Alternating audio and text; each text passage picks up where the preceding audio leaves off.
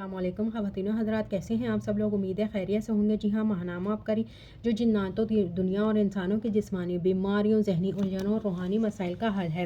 جنات کا پیدائشی دوست، یہ ایک ایسے شخص کی سچی آپ بیتی جو پیدائش سے لے کر تک اولیاء جنات کی سرپرستی میں ہے۔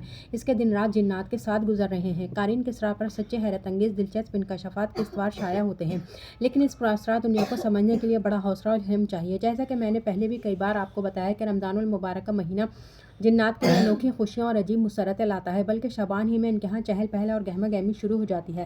شعبان میں ان کے ہاں شادیوں کی تقاریب بھی زیادہ ہوتی ہیں۔ ایک شادی کی تقریب میں مجھے جانا ہوا تقریب بنگلہ دیش کے ایک دور افتادہ جزیرے پر تھی۔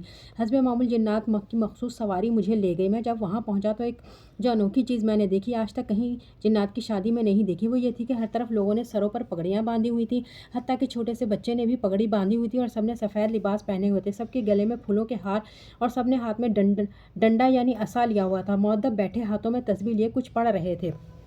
میں نے ان سے پوچھا یہ کیا انداز ہے؟ کہنے لگے کہ ہمارے پردادا کے پردادا کے ساتھ ایک واقعہ ہوا تھا، اس دن کے بعد ہم سے یہ انداز شروع کیا ہے۔ تو میں نے پوچھا کیا ہے؟ کہنے لگے انہوں نے اپنی بیٹی کی شادی کے خوب گانا بجانا اور پورے رسم و رواج، مخلوق خدا بھی بہت تھی، یعنی جنات، اور سب مہمانوں کو خوب راضی کیا، سب خدمت کی، سب کی خوب آؤ بھگت کی۔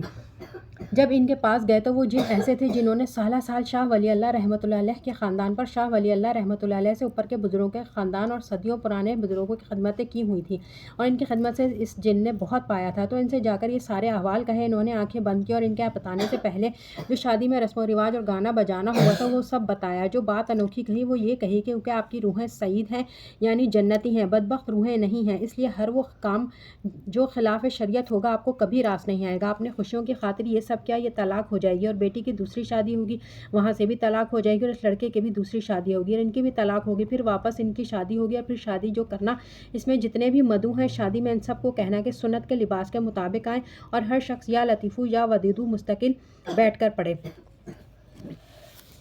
وہ بوڑھے جن سے یہ بات کہہ رہے تھے اور سسک بھی رہے تھے کہنے لگے ہم اس دن کے بعد سے ہم جو بھی شادی کرتے ہیں اس میں ہر مدعو کو یا لطیفو یا ودودو پڑھنے کی درخواست کرتے ہیں اور تواضع خوب کرتے ہیں، اور اپنی نسلوں میں یہ عمل دیا ہوا ہے، اور ہماری نسلوں میں آج تک بیٹوں کی کمی نہیں ہوئی ہے۔